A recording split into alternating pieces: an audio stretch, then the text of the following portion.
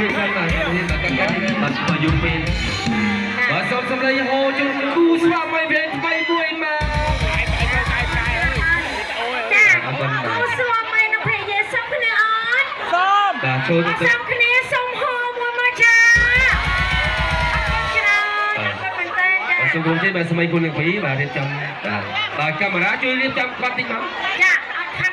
អត់ទេអត់មិនចាំតែកែតែរៀបគាត់ឲ្យចូលជុំទល់មុខសិនមកចាំយកតែកែតាមក្រោយកូនកំពុងមិនទៅជប់គាត់វិញតែវិញអូន